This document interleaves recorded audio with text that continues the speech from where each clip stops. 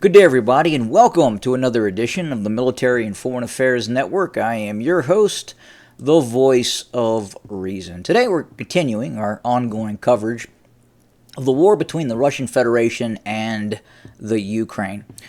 Now, as we speak, I am looking at an article in Euromaidan Press. Obviously, this is a Ukrainian outlet, and it originates from a Reuters article. And it says the following, Reuters, U.S. close to agreeing on JASM long-range missiles for the Ukraine. The U.S.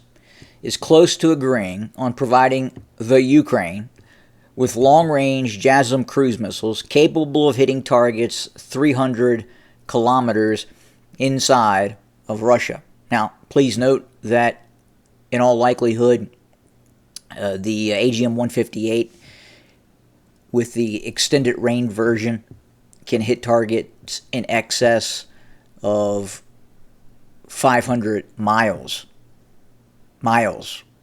almost 1,000 kilometers inside of the Russian Federation. The decision expected in autumn, but delivery faces technical challenge and could take months. So what they're saying there is they have to find a way to retrofit and allow the JASM to be launched from a Ukrainian Su-24, MiG-29, or Su-27. Now, obviously, it's possible that they could also have these systems launch from the F-16s as well. Now, there may be a little sensitivity to that, but if they're going to start hitting targets inside of Russia, 3, 4, 5, 6, 7, 800 kilometers inside of Russia, I think the gloves are coming off rather quickly. The United States is on the verge of agreeing to providing Ukraine with long-range cruise missiles capable of striking targets deep within Russian territory, according to U.S. official familiar with the matter. Reuters says the decision to include AGM-158 Joint Air-to-Surface Standoff Missiles, JASM, in a weapons package is expected to be announced this autumn, though final decisions have not been made.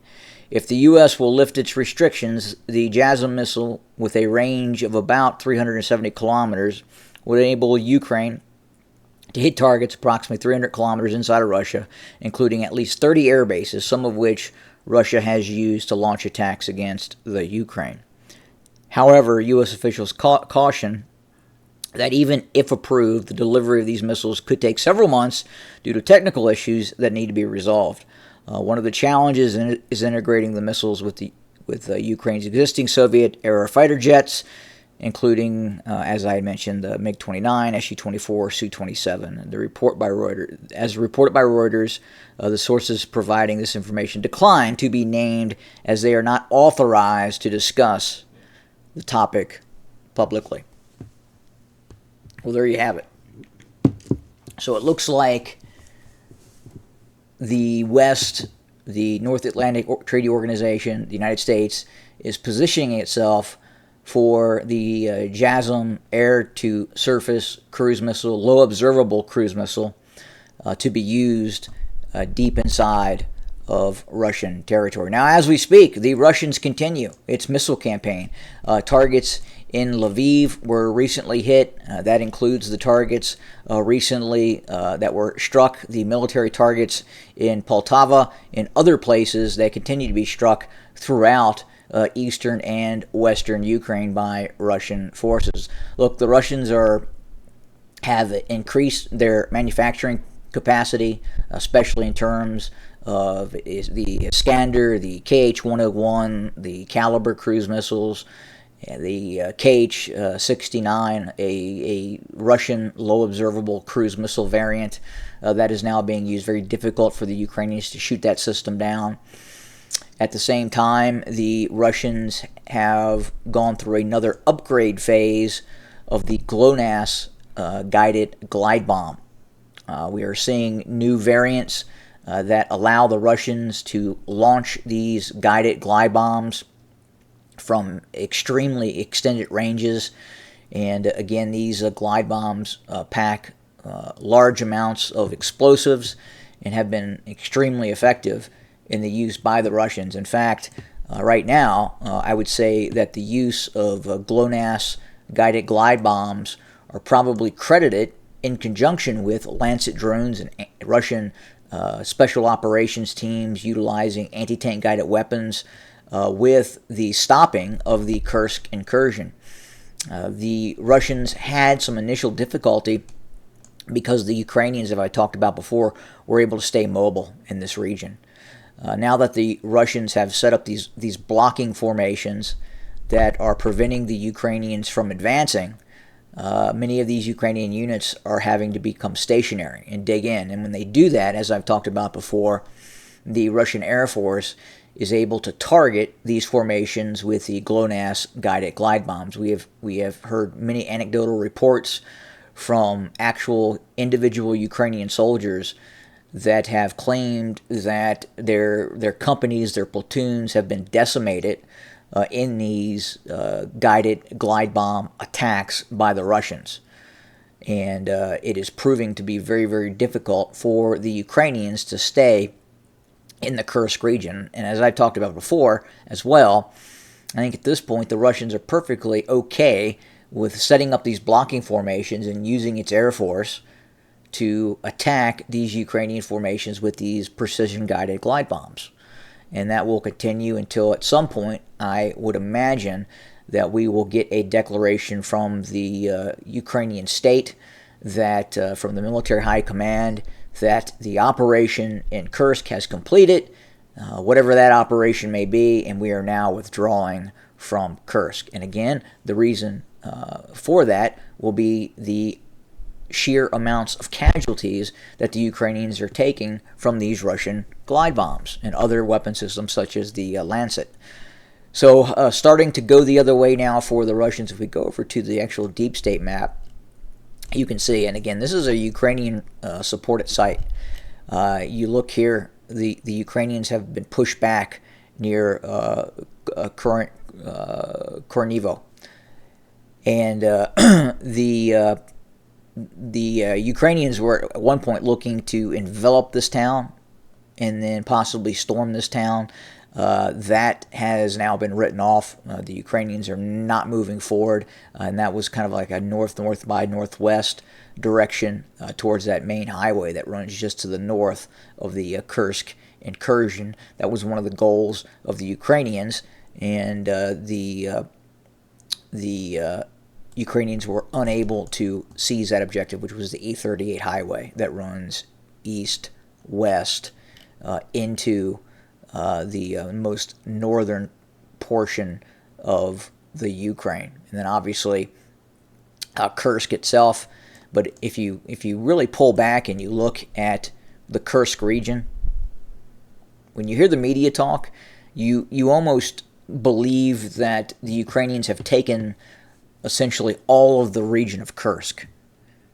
And that is just simply not the case. If you pull back and you really look at just this little area near the border, which has been taken by the Ukrainians, and then the rest of the Kursk region is this entire area here. And then you have, obviously, the Golden Prize that I think the Ukrainians originally wanted to try and conduct an operation towards, is well out of the area of the current fighting.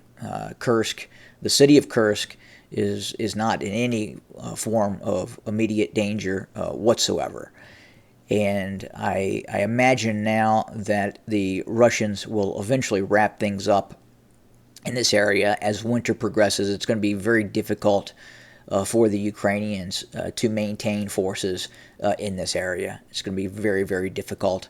And eventually, again, as I just talked about, we foresee the Ukrainians announcing an eventual pullback. They will articulate that their military operation is completed. We damaged the Russian military in this area, and now we are withdrawing. And that will be the rationale for the Ukrainian pullback. Now, the real reason is the Ukrainians weren't able to achieve military objectives. They were not able to sever the E-38 highway. They were not able to approach Kursk. And that is that. They will have to pull back. And they will try and position it as some sort of military victory that they invaded the Russian Federation. But the reality is very little was done in this operation. You, the viewer, can see for yourself. It is simply open fields, open potato fields, and one small town, Sudzha.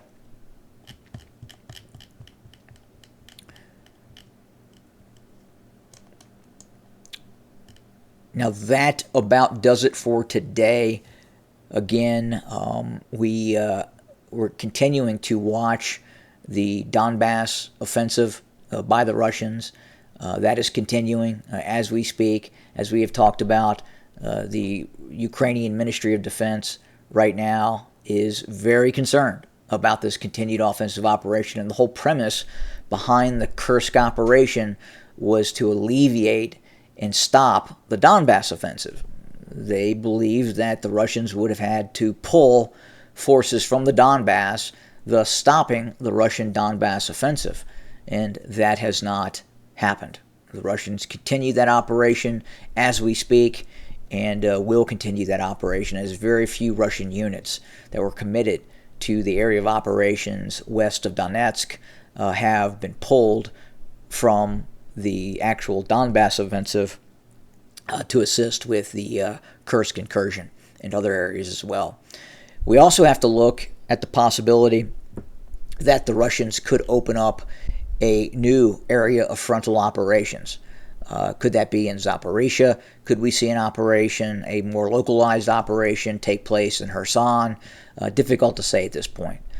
We believe that the next Russian operation will probably expand within the vicinity of Zaporizhia. Again, the military goals, as stated by the Russians, are all of Kherson, all of Zaporizhia, and obviously all of the Donbass, both Donetsk and Luhansk provinces. And again, we don't believe that the Russians would stop military action without, at some point, seeking the capitulation of Kharkov. Now, we'll have to see how the continued campaign goes, and if the Russians are able to marshal enough forces to make a threat towards Kharkov. That is the second largest city of the Ukraine, and a prize of this ongoing operation, as was Odessa. Right now, Odessa, I think, is outside the realm of possibility at this point, unless there is a general breakdown of the Ukrainian military, and that's a possibility. We could see that happen, given what's happening in the numbers of casualties that we're seeing on the battlefield right now on Ukrainian forces. But this is going to be a fairly long war. It will probably go towards the year 2026, as we have talked about. So it'll go through the rest of this year, all of 2025, and then end of 2026. This is a war of attrition, again, designed to eventually collapse the Ukrainian military. And a lot of what is going to happen is going to be based on what happens here in the elections in the United States as well. So we'll continue to monitor things. Thank you for joining us. More to come very, very soon. As always, have a good day.